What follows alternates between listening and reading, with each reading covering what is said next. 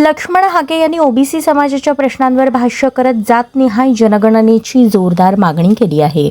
ओबीसींच्या जातनिहाय जनगणना झाली पाहिजे असे म्हणत त्यांनी ओबीसी समाजाची अचूक लोकसंख्या आणि सामाजिक आर्थिक स्थिती समोर येणे गरजेचे असल्याचे सांगितले.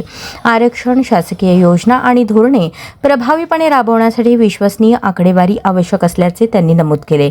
त्यांच्या या मागणीमुळे ओबीसी आरक्षणाचा मुद्दा पुन्हा चर्चेत आला असून विविध सामाजिक आणि राजकीय स्तरातून प्रतिक्रिया उमटत आहेत.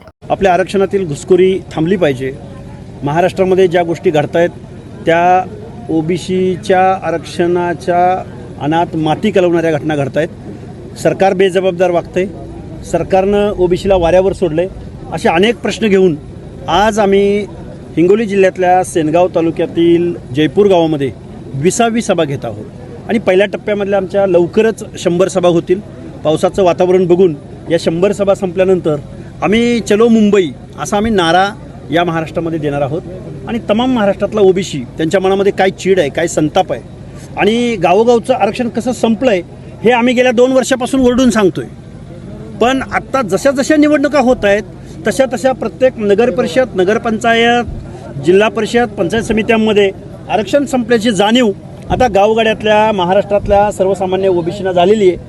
तेव्हा ओबीसीचा संताप काय असतो इथल्या सत्ताधाऱ्यांना, विरोधकांना, वेगवेगळ्या पक्षाच्या प्रमुखांना मी दाखवून देणार आहे. तुम्ही सातत्यानं म्हणताय की सरकार ओबीसीचं आरक्षण